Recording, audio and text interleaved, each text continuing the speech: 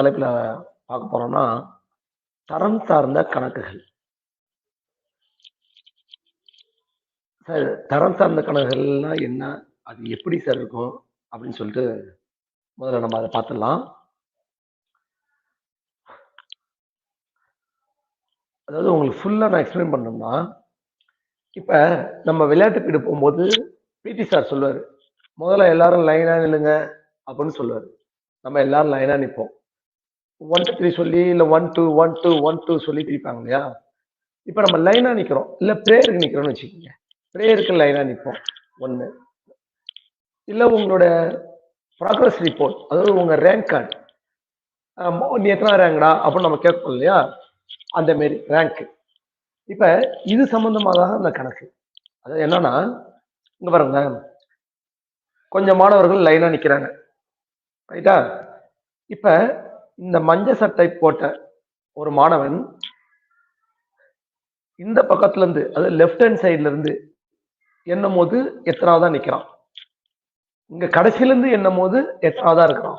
ரெண்டும் ஒண்ணா இருக்கும்னு நினைக்கிறீங்களா? என்ன சொல்ல வரணும்னு புரிஞ்சுக்கங்க. இப்ப நீங்க லைன்ல நிக்கிறீங்க, பிரேயருக்கு நிக்கிறீங்க, 1 பை 1 அப்படியே பேக் சைட்ல நிக்கிறீங்க. ஃப்ரண்ட்ல இருந்து எண்ணும் போது நீ ஒரு 3வது இடத்துல நின்னா, அதுவே பேக்ல இருந்து எண்ணும் போது நீ 3வது இடத்துல இருக்க மாட்டோம். புரிஞ்சுங்களா? இப்ப அதுதான் நம்மளுக்கு கேள்வியே. மொத்தம் இத்தனை பேர் நிக்கிறாங்க ஒரு லைன்ல. ஃப்ரண்ட்ல இருந்து கீழ இருந்து பார்க்கும்போது இத்தனாவது இடம், அப்ப மேல இருந்து பார்க்கும்போது எத்தனாவது இடம் அப்படின்னு நம்மள கேள்வி கேட்பாங்க. இன்னைக்கு ஃபுல்லா இந்த கணக்கு தான் நாம பார்க்க போறோம்.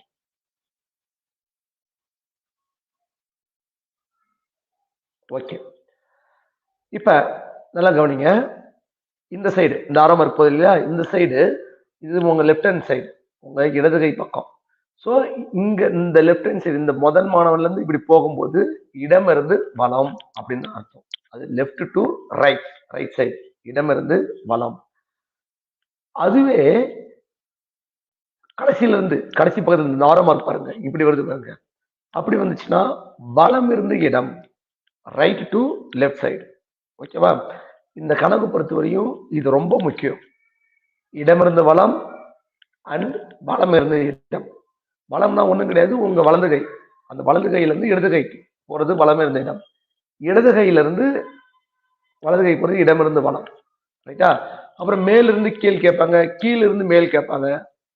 ஓகேவா? நீ புரிஞ்சிக்க வேண்டியது இந்த 2 டேர்ம் தான். இடமிருந்து வலம், வலம் இருந்த இடம். மேல இருந்து கீழ்னா உனக்கு ஈஸியா தெரிஞ்சிடும். நீ கன்ஃபியூஸ் ஆகுறது இடமிருந்து வலமா இல்ல வலம் இருந்து இடமா, இதுதான் நீங்க லைட்டா கன்ஃபியூஸ் ஆகுது. ஸோ உங்க லெஃப்ட் ஹேண்ட், இடதுன்னா உங்க லெஃப்ட் ஹேண்ட் ஞாபகம் வச்சுக்கோங்க, வலதுன்னா உங்க ரைட் ஹேண்டை ஞாபகம் வச்சுக்கோங்க. Okay, right. இப்ப இந்த எல்லோ கலர் ஷர்ட் போட்ட பையன் இடமிருந்து வலம் 2வது இடத்துல இருக்காரு. ஆனா அதுவே வலம் இருந்து இடம் பாருங்க. வலம் இருந்து இடம்னா அந்த கடைசியில இருந்து 1, 2, 3, 4, 5 எத்தனாவது இடத்துல இருக்காரு பாருங்க, கலர் மாறுது பாருங்க, 6வது இடத்துல இருக்கிறாரு. ஸோ இந்த எல்லோ கலர் ட்ரெஸ் போட்ட பையன் இடமிருந்து வலம்னா 2வது இடம், வலம் இருந்து இடம்னா 6வது இடம், ரைட்டா? இப்ப கேள்வி இப்படித்தான் கொடுப்பாங்க. ஒரு மாணவன் இடமிருந்து வலம் 2வது இடத்திலும் வலமிருந்து இடத்தில் 6வது இடத்திலும் இருந்தால் மொத்தம் எத்தனை மாணவர்கள் இருப்பாங்க அப்படின்னு கேட்பாங்க. நம்ம என்ன பண்ணுவோம், 2 6 கூட்டி 8ன்னு சொல்லுவோம். ஆனா 8 கிடையாது. இங்க மொத்தம் எத்தனை பேர் இருக்காங்க என்னன்னு பாருங்களேன். 1, 2, 3, 4, 5, 6, 7 பேர் தான் இருக்கிறாங்க. ஏன்னா இடமிருந்து வலமும் வலமிருந்து இடமும் இவரே தான் நிக்கிறாரு. சரிங்களா? ஒரே ஒரு நிமிஷம். இந்த ஐஇஎம் ஆர்ட் அவர் யாருன்னு தெரியல, கமெண்ட்ல உட்காந்து ஏதோ சேட் பண்ணிட்டு இருக்கிறாரு. தயவு செய்து உங்களுக்கு விருப்பம் இல்லை, கிளாஸ்ல விருப்பம் எல்லாம் தயவு செய்து போயிடுங்க.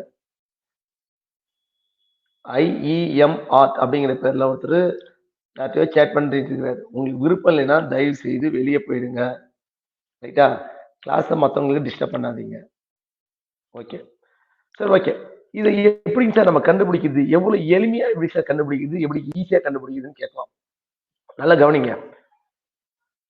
இடமிருந்து வலம் கொடுத்துட்டு வலம் இருந்த இடம் கொடுத்துட்டு மொத்த நபர்கள் கேட்பாங்க. மொத்தம் அப்படின்னாலே நம்ம என்ன பண்ணுவோம்? மேக்ஸ்ல டோட்டல், அதாவது மொத்தம் அப்படின்னு கேட்டிருந்தாங்கன்னா நம்ம என்ன பண்ணணும் சொல்லுங்க? சேட் பாக்ஸ்ல வாங்க பார்ப்போம். சேட் பாக்ஸ்ல சொல்லுங்க. மொத்தம் அப்படின்னா நம்ம என்ன பண்ணுவோம்? அதாவது இப்ப நீ கையில ஒரு 4 பென்சில் வச்சிருக்கிற. எக்ஸ்ட்ரா உங்க அப்பா ஒரு ஒரு 3 பென்சில் உன்கிட்ட கொடுக்குறாரு. மொத்தம் எத்தனை பென்சில் அப்படின்னு கேட்பாங்க. அப்ப அந்த மொத்தம்ங்கிற வார்த்தைக்கு நீ என்ன செயல்பாடு செய்வ? என்ன பண்ணணும்? வெரி குட், பிளஸ் பண்ணுவோம். ரைட். இப்ப இவங்களை இந்த கணக்குல அதேதான்ப்பா. இடமிருந்து வளம் ஒரு ஒரு குறிப்பிட்ட நம்பர். இடமிருந்து வளம் 3வது இடத்துல இருக்கிறான். வளமிருந்து இடம் 5வது இடத்துல இருக்கிறான். மொத்தம் எத்தனை பேர் இருக்கிறாங்கன்னு கேட்டாங்கன்னா, மொத்தம் கேட்டாங்கன்னா ஆட் பண்ணணும். ரைட்டா? எதா சார் ஆட் பண்ணும்? இடமிருந்து உள்ள தரத்தையும் வளமிருந்து உள்ள தரத்தையும் ஆட் பண்ணி அதுல இருந்து ஒண்ணு மைனஸ் பண்ணிக்கணும். இதை நான் எப்படி சார் ஞாபகம் வச்சுக்கிறது? ரொம்ப சிம்பிளா சொல்ற மாதிரி. மொத்தம் அப்படின்னா கூட்டணும். அப்ப இடமிருந்தையும் வளமிருந்தையும் கூட்டிட்டு கூட்டலுக்கு ஆப்போசிட் மைனஸ் ஒன்ன கழிச்சுக்கணும். திரும்ப சொல்ற மாதிரிங்க. மொத்தம் அப்படின்னா கூட்டணும். சோ இடமிருந்து இருக்கிற தரத்தையும் வளமிருந்து இருக்கிற தரத்தையும் கூட்டிக்கிற. கூட்டினா ஒண்ணு மைனஸ் பண்ணிக்கணும். அது ரெண்டுத்தையும் கூட்டி ஒண்ணு மைனஸ் பண்ணிக்கணும். ஓகேவா? புரிஞ்சா? ஓகே. இப்போ உனக்கு இடமிருந்து வளம் கொடுத்துட்டு வளமிருந்த இடம் கொடுத்துட்டு மொத்தம்னு கேட்டாங்கன்னா அந்த இடம் இருந்த தரத்தையும் வளமிருந்த தரத்தையும் கூட்டி ஒன்றை கழிக்கணும். சரி, இப்ப மொத்தம் கொடுத்துட்டாங்க. மொத்தம் கொடுத்துட்டு இந்த இடமிருந்த வளமோ இல்ல வளமிருந்த இடமோ ஏதாவது ஒண்ணு கேட்கறாங்கன்னு வச்சுக்கோ. மொத்தம் கொடுத்துட்டாங்கன்னா, மொத்தம் கேட்டாங்கன்னா கூட்டுறோம். மொத்தம் கொடுத்துட்டாங்கன்னா நம்மளுக்கு மொத்தம் ஒரு கிளாஸ்ல, இப்போ உங்க கிளாஸ்ல மொத்தம் 40 பேர், நீ அதுல 10வது ரேங்க் எடுத்திருக்கிற. அப்ப கடைசியில இருந்து எத்தனாவது ரேங்க்னு கேக்குறாங்கன்னு வச்சுக்க. மொத்தம் கொடுத்துட்டாங்கல்ல, மொத்தம் கேட்டாங்கன்னா கூட்டணும். மொத்தம் கொடுத்துருந்தாங்கன்னா கழிக்கணும். கழிச்சா ஒன்ன கூட்டிக்கணும். இங்க பாருங்க, ஒரு புறம் இருந்து உள்ள தரம். ஒரு புறம்னா அது இடதுபுறமா இருக்கலாம் இல்ல வலதுபுறமா இருக்கலாம். இடதுபுறம் கேட்டாங்கன்னா இங்க வலதுபுறம் போட்டுக்கணும். வலதுபுறம் கேட்டாங்கன்னா இடதுபுறம் போட்டுக்கணும். ஒரு புறத்திலிருந்து உள்ள தரம் மொத்த எண்ணிக்கையில இருந்து இன்னொரு புறத்துல இருந்து தரத்தை கழிக்கிறோம்.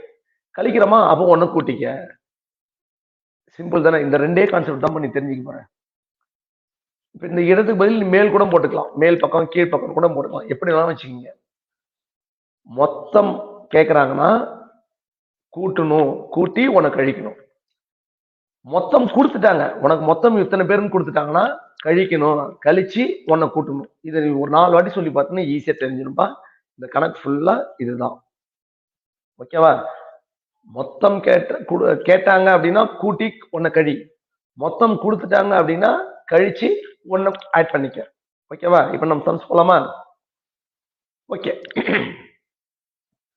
ஒரு வரிசையில் ராணி இடமிருந்து 5வது இடத்திலும் வலமிருந்து 22வது இடத்திலும் உள்ளார் எனில் அவ்வரிசையில் உள்ள மொத்த நபர்களின் எண்ணிக்கை எவ்வளவு? மொத்தம் கேக்குறாங்க. இப்பதான் சொன்ன உங்களுக்கு, மொத்தம்னா கூட்டணும். இடமிருந்து இருக்கிற இடத்து அந்த நம்பரையும் வலமிருந்து எத்தனாவது இடத்துல இருக்காங்களோ அந்த 2 நம்பரையும் கூட்டினா என்ன பண்ணு சொன்ன? உன்னை கழிக்கணும். அது ரெண்டுத்தையும் கூட்டி உன்னை கழிச்சிட்டீங்கன்னா விடை வந்துடும். ஓகேவா? ரொம்ப ஈஸி தானே? ரைட். அதுக்கு முன்னாடி உங்களுக்கு நான் ஒரு எக்ஸ்பிளைன் பண்றேன். எப்படி எக்ஸ்பிளைன் பண்ணணும்? இடமிருந்து வளம்னா இந்த பக்கம் சொல்லிட்டேன். இப்ப நான் பாருங்க, இடமிருந்து வளத்துல இருந்து நம்பர் போடுறேன். இடமிருந்து வளம் எத்தனாவது இடம்? 5வது இடத்துல.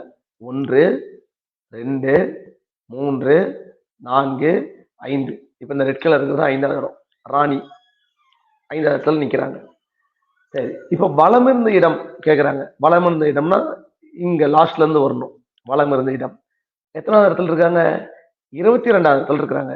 இங்க பாருங்க, 1 2 3 4 5 6 7 8 9 10 11 12 13 14 15 16 17 18 19 20 21 22வது இடத்துல இருக்கிறாங்க. இதான் 22வது இடம். ஓகேவா? ஸோ இப்போ டோட்டலாக எத்தனை இடத்துல இருக்காங்க கேட்டீங்கன்னா 22, 23, 24, 25, 26. அப்போ மொத்தம் எத்தனை பேர் இருக்கிறாங்க? 26. இதை நான் உங்களுக்கு எதுக்கு எக்ஸ்பிளைன் பண்றேன்னா, நம்ம சம் சொன்னோம் இல்லையா, மொத்தம்னா கூட்டி கழிக்கணும். அதுக்காக இது முதல்ல ஒரு படம் வரைஞ்சி காமிச்சிட்டேன். இது இது நம்ம உட்காந்து படம் எக்ஸாம்ல வரைஞ்சிட்டு இருக்க முடியாது. சரி, இப்போ 5வது இடம் 22 பரவாயில்ல, 90வது இடம் 80வது இடம்னாங்கன்னா அவ்வளோத்தையும் நம்ம வரைய முடியாது இல்லையா, அதுக்காக சொல்றேன். இப்போ நான் சம்ஸ் அதே கணக்கு தான், இப்போ நான் சம்ஸ்ல போடுறேன் பாருங்க. என்ன கேட்குறாங்கப்பா? மொத்த நபர்கள் கேட்குறாங்க. மொத்த நபர் என்னப்பா சொன்னேன்? ரெண்டுத்தையும் கூட்டணும். இடமிருந்து உள்ள தரத்தையும் வலமிருந்து உள்ள தரத்தையும் கூட்டி 1 கழிக்கணும். ஈஸி தானே? அப்ப இடமிருந்து எத்தனாவது இடம்பா? 5வது இடம். ஸோ 5 போட்டோன்னா பிளஸ் வலமிருந்து எத்தனாவது இடம்பா? 22. 22 அது கூட மைனஸ் 1 கழிக்கணும். ஃபர்ஸ்ட் கூட்டுறேன். 22 5 எவ்வளோ பாச்சு? 27. அதுல இருந்து 1 கழிக்கிறேன். கழிச்சா என்னப்பா வருது? 26. அப்ப மொத்த நபர்கள் மொத்தம் எத்தனை பேருப்பா? 26. ஓகேவா? ரொம்ப எளிமை. நீ இதெல்லாம் இவ்வளவு இடமிருந்து உள்ள அதெல்லாம் எழுதவே தேவையில்ல. கணக்கு பார்த்தோன்னே சொல்லிடலாம். சார் மொத்தம் கேட்குறாங்க. மொத்தம்னா கூட்டணும். கொடுத்துருக்க 2 நம்பரையும் கூட்டி 1 கழிக்கிறேன். 5, 22, 27. 1 கழிச்சா 26. நம்மளுக்கு NMMS எக்ஸாம்ல பொறுத்த வரையும் 90 கேள்விகள். 90 நிமிஷம் தான். ஒரு கேள்விக்கு 1 நிமிஷம் தான். இந்த மாதிரி கணக்கெல்லாம் நீ 2 செகண்ட்ல போட்டுடலாம். மீதி இருக்க செகண்ட்லாம் நம்மளுக்கு தெரியாத கணக்கு, கொஞ்சம் டைம் எடுக்கிற கணக்குகளுக்கு யூஸ் பண்ணிக்கணும். சரியா? நீ லேட் டுவெல்த்த 90 கேள்வி ஒன்றும் போட முடியாது. அதுக்கப்புறம் 30 கேள்வி 40 கேள்வி தான் உன்னால போட முடியும். ஸோ எவ்வளவுக்கு எவ்வளவு வேகமா போடணுமோ அவ்வளவுக்கு எவ்வளவு வேகமா போடணும். Right, okay. நெக்ஸ்ட் சம் பாருங்க. 50 பேர் கொண்ட ஒரு வகுப்பில் அபினவ் மேலிருந்து கீழாக 2வது ரேங்க் எடுக்கிறார். அவர் அதே வகுப்பில் கீழிருந்து மேலாக என்ன ரேங்க் எடுப்பார்? ரைட். இப்ப மொத்தம் கொடுத்துட்டாங்க. 50 பேர் கொண்ட ஒரு வகுப்பில் அப்படின்னா அந்த கிளாஸ்ல இருக்கிற மொத்த மாணவர்கள் கொடுத்துட்டாங்க. மேலிருந்து 2வது ரேங்க், அப்ப கீழிருந்து எத்தனாவது இடம்னு கேட்கறாங்க. நான் முன்னாடியே சொன்னேன், மொத்தம் கேட்டாங்கன்னா கூட்டி கழிக்கணும்.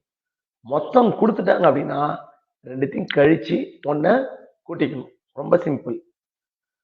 கீழிருந்து மேலாக அபினவின் தரம் மொத்த எண்ணிக்கை, மொத்தம் கொடுத்துட்டாங்க. ஸோ மொத்தம் கொடுத்துட்டாலே கழிக்கணும். மொத்தத்துல இருந்து மேலிருந்து கீழாக உள்ள தரத்தை கழிச்சு 1 கூட்டணும். நீ இதெல்லாம் எதுவும் பார்க்க தேவையில்ல. மொத்தம் கொடுத்துட்டாங்களா, கழிச்சு 1 கூட்டு. கொடுத்துருக்க 2 நம்பர் 50, 2 ரெண்டுத்தையும் கழி. 50ல 2 போச்சுன்னா எவ்வளோப்பா? 48. அது கூட 1 கூட்டுங்க. 48 1 எவ்வளோ ஆச்சு? 49. ஸோ பாருங்க, மொத்தம் எண்ணிக்கை 50, மேலிருந்து 2வது இடத்துல இருக்காரு. அது கூட 1 நான் கூட்டுறேன். 50ல 2 போச்சுன்னா 48. அது கூட 1 கூட்டினா 49. ஓகேவா? புரிஞ்சிருக்கும். ஸோ இப்ப நான் உங்களுக்கு இந்த மாரி ஸ்டெப் பை ஸ்டெப்பா போட்டாலும் நீ கேள்வியை பார்த்தோன்னே ஈஸியா கண்டுபிடிச்சிடலாம். 50 பேர் கொண்ட ஒரு வகுப்பில் அப்படின்னா மொத்த மாணவர்கள் கொடுத்துட்டாங்க. மேலிருந்து 2வது ரேங்க். கீழிருந்து கேட்கறாங்களா, மொத்தம் கொடுத்துட்டா ரெண்டுத்தையும் கழிங்க. 50ல 2 போச்சுன்னா 48. அது கூட கழிச்சுன்னா 1 கூட்டிக்கணும். 49. ஓகேவா? ரைட். இப்ப இது அடுத்த மாடல். இன்னொரு மாடல் பாருங்க. சம்ஸ் இதே மாதிரி நிறைய கொடுத்துருவாங்க. 7, 8, 9 நிறைய கணக்குகள், நிறைய நம்பர்ஸ் கொடுத்துட்டு நல்லா படிக்கணும். என்ற எண்ணில் இந்த நம்பர்ஸ்ல 9ஐ தொடர்ந்தும் 6ஐ முன்னதாக கொண்டுள்ள 7களின் எண்ணிக்கை. அதாவது எங்கெல்லாம் 7 வருதுன்னு பார்க்கணும். ஆனா அந்த 7க்கு முன்னாடி என்ன இருக்கணும்? 9ஐ தொடர்ந்தும். 9ஐ தொடர்ந்து 7 இருக்கணும். அது 7க்கு முன்னாடி 9 வரணும். 6க்கு முன்னதாக 6க்கு முன்னாடி 7 இருக்கணும். 7 சென்ட்ரல் இருக்கணும். 7க்கு முன்னாடி 9 இருக்கணும். 7க்கு அடுத்தது 6 இருக்கணும். ரைட்டா? இப்ப நான் என்ன பண்றேன் பாருங்க. அந்த நம்பர்ஸ் எல்லாம் எடுத்து எழுதிட்டேன் முதல்ல. எழுதியாச்சா? இப்ப எங்கெல்லாம் 9 இருக்குன்னு பாக்குறேன். அவங்க 7 எங்க இருக்குன்னு பாக்குறேன். 7கள் இன்னைக்கு தானே கேட்கறாங்க. ஃபர்ஸ்ட் எடுத்தோன்னே 7 இருக்குது. ஆனா அந்த 7 நம்மளுக்கு கணக்குல எடுத்துக்கூடாது. ஏன் சார் அப்படின்னா 7க்கு முன்னாடி என்ன வரணும்? 9 வரணும். 7க்கு அடுத்தது என்ன வரும்? 6. ஏன்னா 6ஐ முன்னதாக கொண்டுள்ள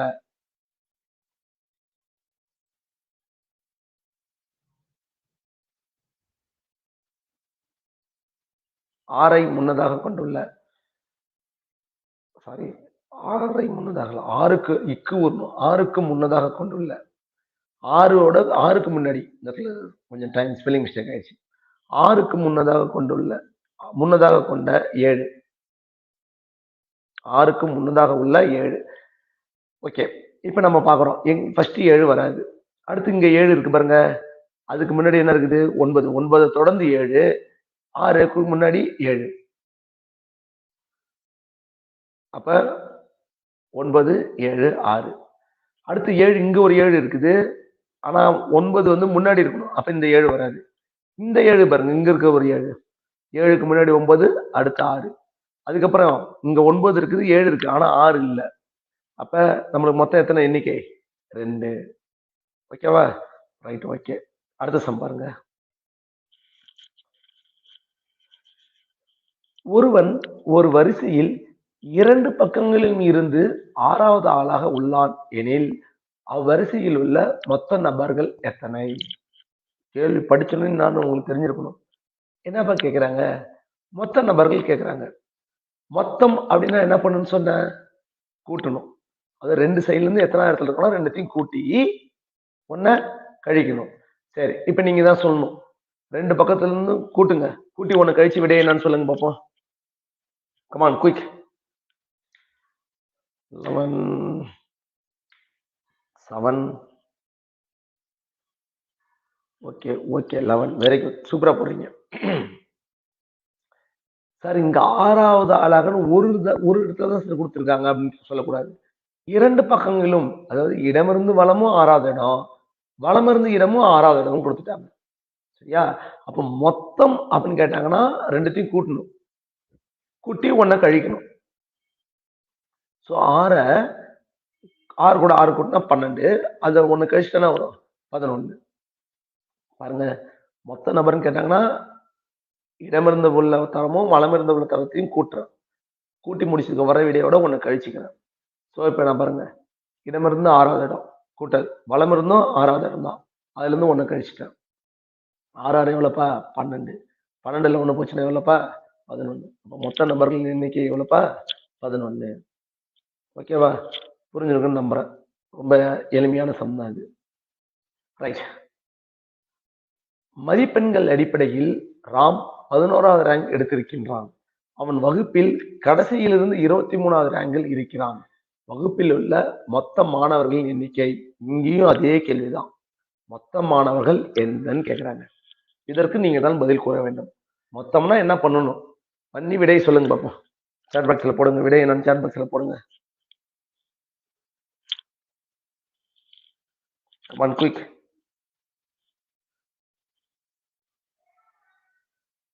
ஓகே, ஒருத்தர் 34ன்னு போட்டாரு. 2 பேர் 34 போட்டிருக்காங்க. 3 பேர் 34. 4 பேர் 34. நிறைய பேர் கரெக்டாக ஆன்சர் பண்ணீங்க. ஒரு 4 பேர் 34 போட்டிருக்காங்க. ரைட், ஓகே, வெரி குட்பா. திரும்ப தெளிவா சொல்றேன், புரிஞ்சுக்குங்க. மொத்தம்னா கூட்டணும் தான். கொடுத்துருக்க 2த்தையும் கூட்டிடுறீங்க 34. ஆனா 34 ஆன்சர் கிடையாது. கூட்டினதுக்கு அப்புறம் என்னப்பா பண்ணணும்னு சொன்னேன்? கூட்டினா 1 கழிக்கணும்னு சொல்லிட்டேன். கழிச்சா 1 கூட்டணும். இவ்வளவுதான் கான்செப்ட். மொத்தம்னா கூட்டுறியா? கூட்டி முடிச்சு விடையில இருந்து 1 கழிச்சுக்க. மொத்தம் கொடுத்துருக்காங்களா? கழிக்கிறியா?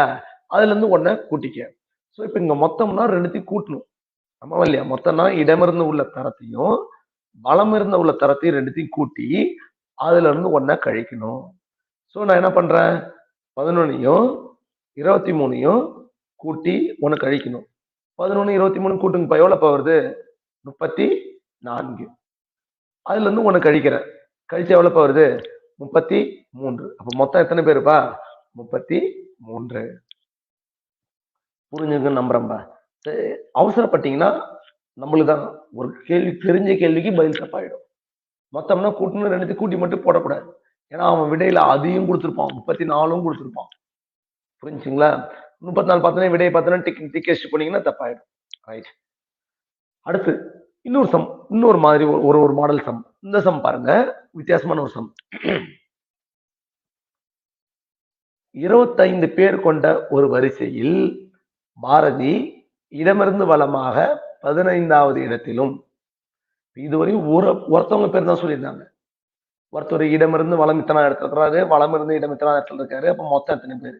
இல்ல மொத்தம் இத்தனை பேர் இடமிருந்து வலம் இத்தனை இடத்துல இருக்காங்க, வலம் இருந்து இடம் எத்தனாவது இடத்துல இருப்பார்கள் அப்படின்னு கேட்டாங்க. ஆனா இங்க 25 பேர் கொண்ட அப்படின்னா மொத்த மாணவர்கள் கொடுத்துட்டாங்க. அதுல பாரதிங்கிறவர் இடமிருந்து வளமாக 15 இடத்துல இருக்காரு. அபினவ் வளமிருந்து இடமாக 6வது இடத்திலும் அமர்ந்திருந்தார்.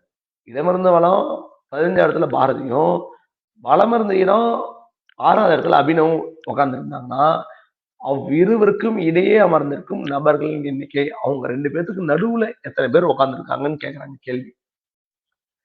பார்க்கலாங்களா? ஓகே. இப்ப இங்க பாருங்க. ஆக்சுவலா என்னன்னா, 2 பேத்துக்கு இடையில அமர்ந்திருக்க நபர்கள் கேட்டாங்கன்னா, மொத்த எண்ணிக்கையில இருந்து கழிக்கணும். எது? இடமிருந்து வலமா எத்தனாவது இடம் பிளஸ் வலமிருந்த இடம். இடமிருந்து வலத்தையும் வலமிருந்த இடத்தையும் கூட்டி மொத்தத்துல இருந்து கழிச்சா விடை வந்துடும். உங்களுக்கு புரியுற மாதிரி முதல்ல நான் ஒரு சம்ஸ் போடுறேன் பாருங்க. இப்ப நான் இடமிருந்து வலம் தான் போறேன். இடமிருந்து வலம் எத்தனாவது இடத்துல இருக்காரு அவரு? 15வது இடத்துல இருக்கிறாரு. ஸோ நான் 15வது இடத்துல வரேன். 1 2 3 4 5 6 7 8 9 10 11 12 13 14 15. ஸோ மொத்தம் சாரி மொத்தம் 25 பேருங்களா? மொத்தம் 25 போட்டுறேன்.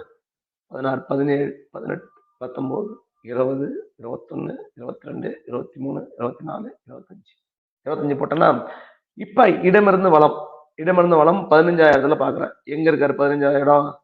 பாருங்க 15வது இடம் இங்கதான் வருது. ஸோ இவர் தான் பாரதி. 15வது இடத்துல இருக்காரா? ஓகே. இப்ப வலம் இருந்த இடத்துக்கு வரேன். வலம் இருந்த இடம் இந்த பக்கத்துல லாஸ்ட்ல இருந்து வருது. 6வது இடத்துல இருக்காரு. ஸோ 6வது இடம் பாருங்க 1 2 3 4 5 6. 6வது இடம் அங்க பாருங்க 6வது இடத்துல இருக்காங்களா? இது பாரதி. இங்க வலம் இருந்த இடத்துல வர்றது அபினவ். ஸோ நடுவில் எத்தனை பேர் இருக்காங்க பாருங்க? 1 2 3 4. நடுவில் எத்தனை பேர் இருக்கிறாங்க? 4 பேர். ஓகேவா? அப்ப ஒரு கணக்குல மொத்த மாணவர்கள் கொடுத்துட்டு இடமிருந்து வலம் ஒருத்தரோட பேரும் எத்தனை இடத்துல உட்காந்து ஒருத்தரையும், வலம் இருந்த இடம் இன்னொருத்தரையும் கொடுத்துருந்தாங்கன்னா, அவங்க நடுவில் எத்தனை பேருன்னு கேட்டாங்கன்னா, அந்த இடமிருந்து வலையும் வலம் இருந்த இடத்தையும் கூட்டி அந்த மொத்தத்துல இருந்து கழிச்சிட்டுனா விடை வந்துடும். ரைட்டா? அதே கணக்கு தான். இப்ப நம்ம போட்ட கணக்கு தான் முன்னாடி டயக்ராம்ல போட்டு காமிச்சேன். இப்ப நேரடியா இப்ப நம்ம போடலாம் பாருங்க. மொத்த எண்ணிக்கையில இருந்து இடமிருந்து உள்ள தரத்தையும் வலமிருந்து உள்ள தரத்தையும் கூட்டி மொத்தத்துல இருந்து கழிக்கணும். மொத்தம் எத்தனை பேருப்பா? 25 பேரு மைனஸ் இடமிருந்து வலம் எத்தனை பேருப்பா? 15 பேர் பிளஸ் வலமிருந்து இடத்துல எத்தனை இடத்துல இருக்காரு? 6. So 25 minus 15 6 கூட்டுறேன். கூட்டினா எவ்வளோப்பா வருது? 21. 25ல இருந்து 21 போச்சுன்னா எவ்வளோப்பா? 4. ஓகேவா? புரியுதாப்பா? வந்துச்சா? விடை வந்துச்சா? ரைட். இந்த மாதிரி சம்ஸ் கேட்கறதுக்கு நிறைய வாய்ப்பு இருக்குது. அடுத்த கணக்கு பாருங்க. நம்பர்ஸ் கொடுத்துட்டாங்க. இந்த எண்ணில் 7ஐ தொடர்ந்தும் 7க்கு அடுத்தும் 3க்கு முன்னதாக கொண்டு வராமல் 3க்கு முன்னாடியும் வரக்கூடாதுங்கிறாங்க. 7ஐ தொடர்ந்து வரணுமா? ஆனா 3க்கு முன்னதாக கொண்டு வராமல் உள்ள நாளுகளின் எண்ணிக்கை.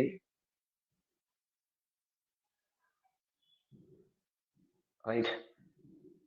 இப்ப எனக்கு இப்ப நான் அப்பதான் பாக்குறேன். முன்னாடி நான் பார்க்கும்போது 7ஐ தொடர்ந்தும் அது தனியா 7 தொடர்ந்து வரணும். ஆனா 3க்கு முன்னதாக கொண்டு வராமல் உள்ள நாட்களின் எண்ணிக்கைன்னு படிச்சேன். இப்ப பார்க்கும்போது 7 தொடர்ந்து வரக்கூடாது, 3க்கு முன்னாடியே வரக்கூடாதுங்கிறாங்க. முதல்ல எங்கெல்லாம் 4 இருக்குது பாருங்களேன். இங்க 4 இருக்குது. 7 தொடர்ந்து வருது. அப்ப அது ரைட்டு தான். அந்த இடத்துல கம்மா போட்டுக்கணும். ஓகே. 7ஐ தொடர்ந்து வரணும். ஆனா 3க்கு முன்னாடி இந்த 4 இருக்கக்கூடாது. ஆனா இங்க 3 இல்ல. ஸோ அதை நம்ம கணக்குல எடுத்துக்கலாம். ரைட்டா? அடுத்து 7 இங்க இருக்குது. 7ஐ தொடர்ந்தும் 4 இங்க இருக்குது. 7 தொடர்ந்து வருது. ஆனா 3க்கு முன்னாடி இருக்கக்கூடாது. அப்ப அடுத்த நம்பர் 3 இல்ல. அப்ப அதையும் நம்ம கணக்குல எடுத்துக்கிறோம். 4 இங்க இருக்குது. 7ஐ தொடர்ந்து 7 தொடர்ந்து வருது. ஆனா 3க்கு முன்னாடி இல்ல. ரைட். 3க்கு அதுக்கு பக்கத்துல 3 இல்ல. ஸோ அதையும் நம்ம கையில எடுத்துக்கிறோம். 4 7ஐ தொடர்ந்து வருது. ஆனா பாருங்க 3க்கு முன்னாடி 4 இருக்குது. ஸோ இதை நம்ம என்ன பண்ணக்கூடாது, எடுத்துக்க கூடாது. ரைட்டா? அப்புறம் 4 இங்க இருக்குது. 7ஐ தொடர்ந்து வருது. 4க்கு அப்புறம் 3 இல்லை. ஸோ அதை நம்ம எடுத்துக்கிறோம். இங்க பாருங்க 4 இருக்குது. 7ஐ தொடர்ந்து வருது. 3 இல்லை. அதுக்கப்புறம் 3 அதுக்கு அந்தாண்ட தான் இருக்குது. இங்க இருக்குது. ஸோ இப்போ என்னங்க 1 2 3 4 5 மொத்தம் எத்தனை 5. ஓகேவா? ஓகே. ஆனா எனக்கு ஒரு டவுட் இப்ப என்ன வருதுன்னா, படிக்கும்போது 7ஐ தொடர்ந்தும் 3க்கு முன்னதாக கொண்டு வராமல் 7 தொடர்ந்து வரக்கூடாதுங்கிற மாதிரியே எனக்கு ஒரு ஃபீலிங் வருது. ரைட். இப்ப இங்க கமா போட்டிருந்தாங்கன்னா அது தனி. கமா போடலைன்னா இந்த நம்ம போட்டதெல்லாம் தப்பு. இதெல்லாம் வரக்கூடாது. வெறும் 4 7க்கு தொடர்ந்து 7 வர 7க்கு அடுத்து 4 வரக்கூடாது. 3க்கு முன்னாடியும் வரக்கூடாதுன்னு அர்த்தம்னு நினைக்கிறேன். ஆனா கமாவை தான் வரும்னு நினைக்கிறேன். ஏன்னா தம் போட்டா வரல. ரைட். ஓகே. இந்த மாதிரி கணக்கெல்லாம் நீங்க படிச்சு புரிஞ்சுட்டு நிறைய இந்த மாதிரி கணக்கு கேட்கறாங்க. இந்த தரம் சார்ந்த கணக்குல இதுவும் ஒரு வகையான டைப். ஓகே. நெக்ஸ்ட் கொஸ்டின் போயிடலாம். இன்னும் ஒரு 4 கொஸ்டின் தான் முடிச்சிடலாம். 42 எண்ணிக்கை கொண்ட வகுப்பில் 42 எண்ணிக்கை கொண்ட வகுப்பில் அப்படின்னாலே மொத்த மாணவர்கள் கொடுத்தாச்சுன்னு அர்த்தம்.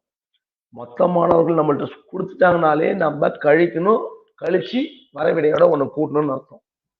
சுந்தர் தேர்வில் மேலிருந்து 25ஆம் இடத்தையும் அடைந்தால் கீழிருந்து சுந்தரின் இடம் கீழிருந்து எத்தனாவது இடம்னு கேட்கிறாங்க. நம்ம முன்னாடியே சொல்லிட்டேன். சொல்லுங்க, நீங்க சேட் பாக்ஸ்ல வாங்க.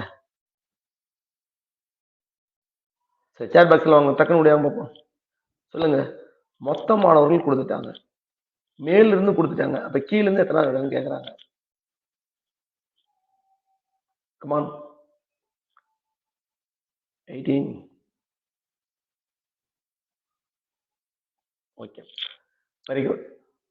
மொத்த மாணவர்கள் கொடுத்துட்டாங்கன்னா ஒன்ன நம்ம கழிக்கணும், கழிச்சு ஒன்னு கூட்டிக்கணும். ஸோ 42ல இருந்து 25 கழிச்சு அது கூட ஒன்னு கூட்டினீங்கன்னா வெளியே வந்துடும். ரைட்டா? ஓகே. பாருங்க, மொத்த எண்ணிக்கை கொடுத்துட்டாங்க. ஸோ மொத்த எண்ணிக்கையிலிருந்து மேல்புறத்தில் உள்ள தரத்தை கழிச்சிட்டு ஒன்ன நம்ம கூட்டுறோம். ஸோ மொத்த எண்ணிக்கை எத்தனை? 42 பேர். அதுல இருந்து மேலிருந்து எத்தனை இடம்? 25ஆயிரம். அது கூட ஒண்ணு கூட்டிக்கிறோம். ஸோ கழிச்சா என்ன வருது பாருது? 17 வருது. பிளஸ் ஒன்ன கூட்டிட்டோம். 17 ஒண்ணு எவ்வளவு பாச்சு? 18. அப்ப நீங்க ரெண்டே கான்செப்ட் தான் தெரிஞ்சுக்கணும். மொத்த மாணவர்கள் கேட்கறாங்களா, மொத்தம்னா கூட்டணும். அப்ப கூட்டிட்டு அது கூட ஒண்ணு கழிச்சிடணும். மொத்தம் நம்மளுக்கு கொடுத்துட்டாங்களா, அப்ப கழிக்கணும், கழிச்சுட்டு ஒன்ன கூட்டிக்கணும். இந்த ரெண்டுத்தையும் நல்லா தெரிஞ்சுதான் இந்த கணக்கு ரொம்ப ஈஸி. ரைட். இப்ப இது ஒரு மாடல் பாருங்களேன். 1 முதல் 100 உள்ள எண்களை எழுதும் போது 7 என்ற எண் எத்தனை முறை வரும்னு கேக்குறாங்க. 1 வந்து 100 வரையும் எழுதுனா எத்தனை 7 வரும்னு கேக்குறாங்க. அது ஒன்றுகள்லயோ 10களையோ எங்க வேணாலும் 7 எத்தனை முறை வரும்னு கேக்குறாங்க. ரைட். இதுல என்ன பண்ணும் பாருங்க. 7, அப்புறம் 17, அப்புறம் 27, 37, 47, 57, 67, அப்புறம் 70, 71, 72, 73, எல்லாத்துலயும் 7 வருங்க. 74, 75, 76, 77ல 2 7 வரும். 78, 79, அதுக்கப்புறம் 87, 97. இப்ப கூட்டி பாருங்க. 1 2 3 4 5 6 7, இதுல ஒரு 7, 14, 15, 16, 17, 18, 19. நம்ம என்ன 19 வரும்? உங்க 77க்கு 2 இருக்குது. ஸோ 1 கூட்டினா 20 முறை. அப்ப 7 என்ற எண் எத்தனை முறை இப்ப வரும்? 20 முறை வரும். இப்ப இதே கேள்வியை மாத்தி கேட்பாங்க. 1ல இருந்து 100 வரை உள்ள எண்கள்ல ஒன்றுகள்ல 7 எத்தனை முறை வரும்னு கேட்பாங்க. ஒன்றுகள்னா பாருங்க, இந்த 7 இருக்கு பாத்தீங்களா? 7 17ல இருக்கு, 7 27, 37, 47, 57, 67. இப்ப இந்த 70 வராது, 71 வராது, 72, 73, 74, 75, 76 வராது. ஏன்னா அதுல 10கள்ல இருக்குது. நம்மளுக்கு இட மதிப்பு தெரியல. ஒன்றுகள் இடத்துல கேட்டாங்கன்னா 7, 17, 27, 37, 47, 57, 67. 77ல ஒரு 7 மட்டும் வரும். அதுக்கப்புறம் 87, 97. சரிங்க சார், 10கள் இடத்துல கேட்டாங்கன்னா 10கள்ல டைரக்டா எங்க வரும்? 70, 71, 72, 73, 74, 75, 76, 77ல ஒரு 7 தான் வரும். 78, 79 அவ்வளவுதான். ரைட்டா? இவன் மொத்தமா 1கள் 10கள் தனியா பிரிக்காம கேட்டாங்கன்னா எல்லாத்தையுமே எழுதிடணும். ஓகேவாப்பா? புரியுதா? கண்டிப்பா இந்த மாதிரி ஏதாவது ஒரு கொஸ்டின் 1ல இருந்து 100 வரையும் உள்ள ஒன்றுகளில் உள்ள ஒன்றுகளில் உள்ள 1 என்ற எண் எத்தனை முறை வரும்னு கேட்பாங்க. சரியா? இல்ல 1லிருந்து 100 வரையில் உள்ள ஒன்றுகளின் எண்ணிக்கை 1 எத்தனை முறை வரும்னு கேட்பாங்க. மொத்தமா பொதுவா 1ஆம் இடம் தனியா கேட்பாங்க, 10ஆம் இடம் கேட்பாங்க, 2த்தையும் சேர்த்து மொத்தமா எத்தனை இடத்துல வரும்னு சொல்லி கேட்பாங்க. ஓகேவா? இந்த மாதிரி கணக்கு நீங்க பார்த்துக்கங்க. நீங்களே கணக்கு போடலாம். 1ல இருந்து 100 வரையும் 9 எத்தனை முறை வரும்? 9னா நீங்க கையை விட்டே நீங்க பண்ணலாம். 1 அப்புறம் 19, 29, 39, 49, 59, 69, 79, அப்புறம் 89, அதுக்கப்புறம் 90, 91, 92, 93, 94, 95, 96, 97, 98, 99க்கு 2 முறை வரும். அப்ப 20 முறை தான். ரைட்டா? அதுவே ஒன்றுகள் 1ஆம் இடத்தில் உள்ள 9களின் எண்ணிக்கைன்னு கேட்டாங்கன்னா 9 வரும். 19 வரும். 29, 39, 49, 59, 69, 79, 89, அப்புறம் 99ல 1 தான் வரும். ஏன்னா 1ஆம் இடத்துல தான் கேட்கறாங்க. ரைட்டா? சரி நீங்க அது மாதிரி பார்த்துக்கங்க. ஓகே. இன்றைய கிளாஸ் அவ்வளவுதான். இதுதான் உங்களுக்கு ஹோம்வொர்க் ஒரு 4 இது கொடுத்துருக்குறேன். ஒரு 4 கொஸ்டின்ஸ் ஹோம்வொர்க் கொடுத்துருக்குறேன். என்ன கொடுத்துருக்கேன் பாருங்க. ஒரு வரிசையில் 2 பக்கத்திலையும் இருந்து 10வது ஆளாக உள்ளான் எனில் அவ்வரிசையில் உள்ள மொத்த நபர்களின் எண்ணிக்கை என்ன? அதே மாதிரி 2வது கொஸ்டின், 3வது கொஸ்டின், ஒரு 4 கொஸ்டின் கொடுத்துருக்குறேன். ரைட்டா? இந்த கொஸ்டின்ஸ் அப்படியே எடுத்து எழுதிக்கிட்டு என்ன பண்ணுங்க, எடுத்து போட்டோ பிடிச்சி நம்ம குரூப்ல போடுங்க. நீங்க பிராக்டிஸ் பண்ணா மட்டும்தான் உங்களுக்கு எளிமையா இருக்கும். இப்ப புரிஞ்ச மாதிரி இருக்கும். திருப்பி ஒரு வாரம் கழிச்சு இந்த கேள்வி கேட்டாலே உங்களுக்கு ஒரு ஒண்ணு கூட்டணுமா இல்ல கழிக்கணுமா அப்படிங்கிற டவுட் வரும். ரைட்டா? So practice your self. Practice பண்ணுங்க. இன்றைய வகுப்பு இத்துடன் நிறைவடைகிறது.